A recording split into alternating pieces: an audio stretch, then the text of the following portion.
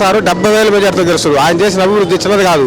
నెల్లూరు 40 సంవత్సరాల కిందట లేని అభివృద్ధి చేసి చూపించే మహానుభావుడు ఎవరంటే నారాయణ సార్ గారు. ఆయన డెఫినెట్గా 70,000 మెజార్టీ గెలుస్తారు. మళ్ళీ అంతకు మించి డెవలప్ అవుతుంది city. Nellore city Hyderabad city level తెచ్చే సత్తా ఒక నారాయణ సార్కే ఉంది.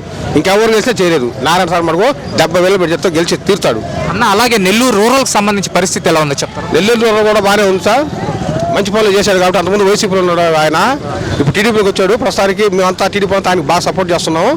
ఆయన గెలుస్తాడు డెఫినెట్గా, భారీ మెజార్టీతో గెలుస్తాడు. గెలిచి మంచి పనులు చేయాలని మేము కోరుకుంటున్నాం. Thank you. చెప్పండి అన్న, త్వరలోనే ఎన్నికలు రాబోతున్నాయి. ఈ 5 ఏళ్లలో వైసీపీ పాలన మీకు ఎలా అనిపించింది? అధ్వానంగా ఉందయా, అధ్వానంగా ఉంది. అధ్వానం అంటే ఎట్లా అంటే, అప్పటి గవర్నమెంట్లో తింటున్నారు ప్రజలు, ఇప్పటి గవర్నమెంట్లో నిద్రపోతున్నారు ఆకలికి. అది పరిస్థితి. నెల్లూరు నగరం గురించి చెప్పండి అన్న. నారాయణ సార్ ఈసారి గెలిచడానికి అవకాశం ఉందా? జై కోటంరెడ్డి. మేమైతే కోటంరెడ్డి. నారాయణ సార్ గురించి మాకు తెలియదు. నెల్లూరు రూరల్ సంబంధించి చెప్పండి, పరిస్థితి ఎలా ఉంది? బాగుంది. కోటంరెడ్డి గారి ఆధ్వర్యం బాగుంది. కోటంరెడ్డి గారికి అనుకూలించే అంశాలు ఏమో? ఆయన జనాల్లో మనిషి, జనం మనిషి, జనానికి తగ్గ మనిషి. సరే థ్యాంక్ యూ.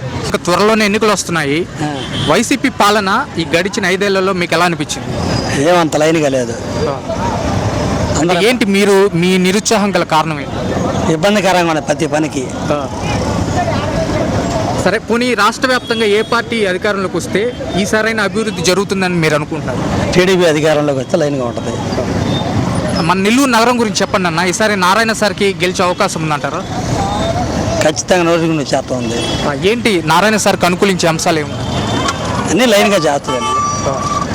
సరే, థ్యాంక్ యూ.